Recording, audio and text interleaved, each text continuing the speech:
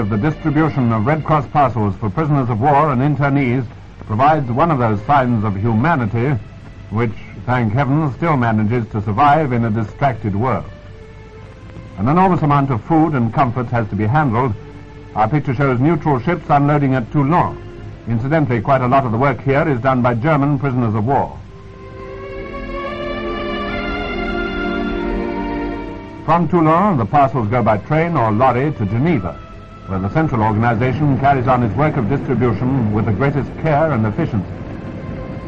Naturally, many phases of the war have disrupted transport by sea and land, but Geneva has continually maintained big stocks so as to meet any eventuality. To thousands of captives, this is what Geneva stands for. But to the Swiss themselves, throughout these long and terrible years, Geneva must have seemed like a small island of freedom, continually threatened by the storms of war. Even in Geneva, they've had the blackout to contend with, and it's only recently that they've reverted to peacetime lighting.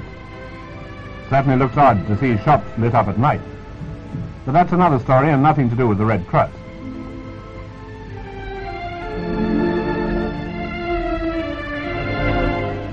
A very wide variety of articles are sent in the parcels, the vast majority of which are contributed by the United States and the British Empire. And of course the packing and the storage of all these articles is a really elaborate business. It's a very big business too, with a vast filing system to ensure that every single captive gets a regular supply of essentials. And there has never been a returned prisoner or internee who has had anything but the highest praise for the regularity of his parcels. Without them, they invariably say, we don't know how we should have existed. Yes, Geneva is the great nerve center of the organization. From there, trainloads of parcels go out to the camps. Thank heaven for the Red Cross, which continues to do a wonderful job.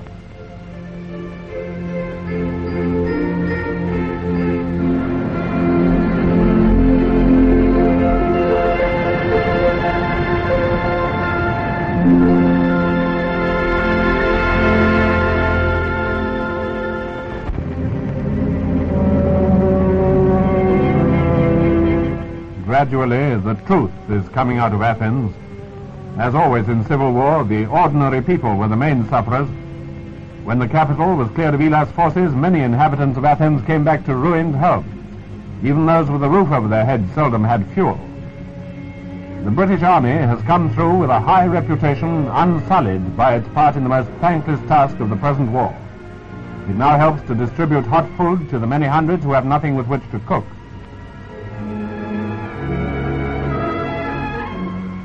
In a quarry on the outskirts of the city, the maimed and tortured bodies of 70 people were dug up.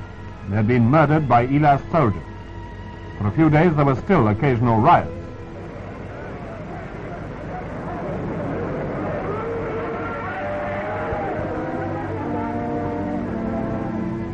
Rioters taken prisoner in these little engagements were deloused. This method, invented during the war, has been a boon to millions of soldiers.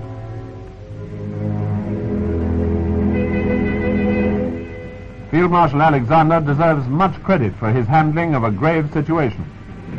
The Greek Guard of Honor was not for him, but for the regent, Archbishop Damaskinos, to whom he was making a visit. The regent is one of the few people in Greece at the moment genuinely respected by 90% of the people. The British Army, here in parade dress to salute its commanders, also stands high in their esteem. Certainly, Athens owes a great deal to Field Marshal Alexander and General Scobie.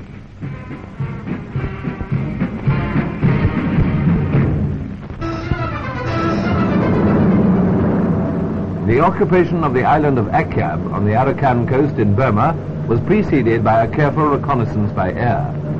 The anticipated flak was conspicuously absent. In fact, it was obvious that the Japs had cleared out. About the only sign of life was provided by a number of Burmese waving to the airmen.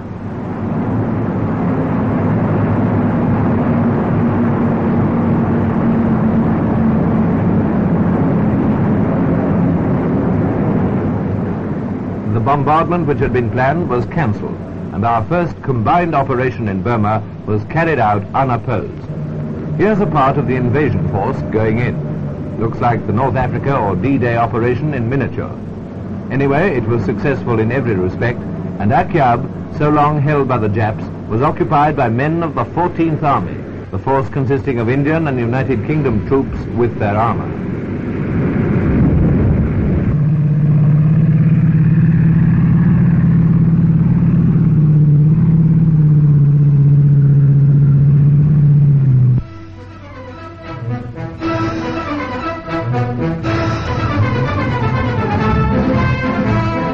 Crowds of Burmese people gathered to watch. They were quite impassive, no doubt wondering how they would be affected by this, the latest move in a war which was certainly not of their making. But they were evidently pleased to see Wing Commander Bradley again. Before the war he had been a judge in Akyab, and now, complete with Garland, he talked to the Burmese. And I've no doubt he was able to answer a lot of questions which they'd been wanting to ask for a long time.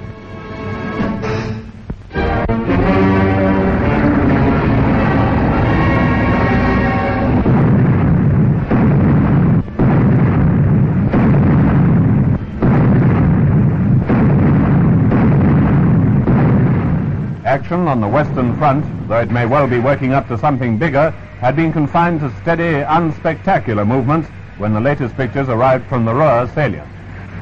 Thanks to the works of the gunners, the tanks and the infantry of Britain's Second Army, Germany's Ruhr bridgehead was already nearly destroyed. British troops entering village after village in Germany found that the Hun had been doing all he could to kid himself that he was winning the war. Forward to victory with the Führer was typical of the kind of thing they'd been chalking up all over the place.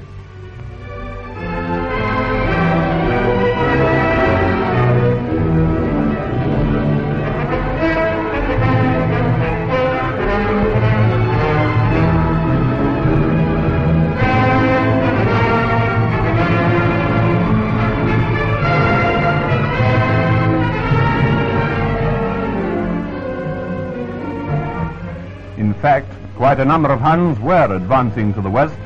They were marching, however, not to victory, but under escort into British prison camps.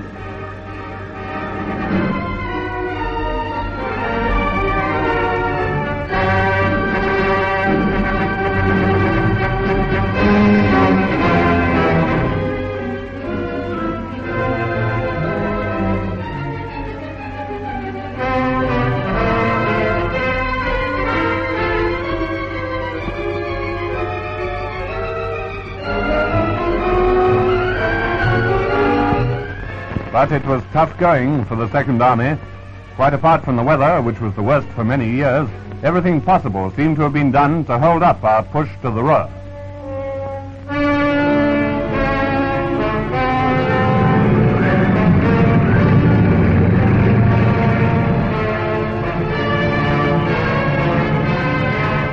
Here, preparations to block the road by dynamiting trees had been made too late, but mines were everywhere, and our Scorpions were continually in action, blowing them up.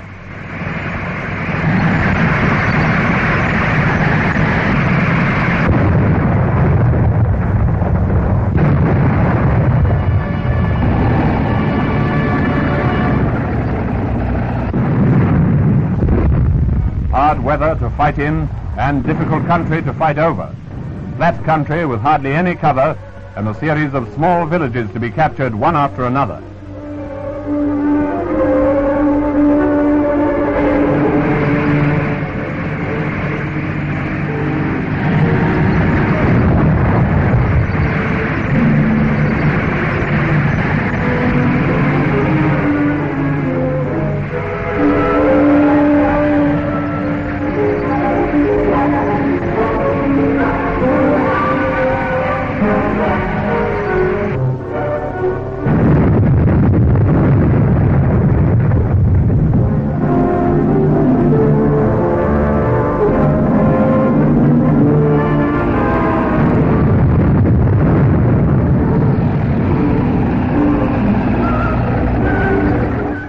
Yes, the British Second Army had been fighting an unspectacular but a very tough battle, the Battle of the Ruhr salient.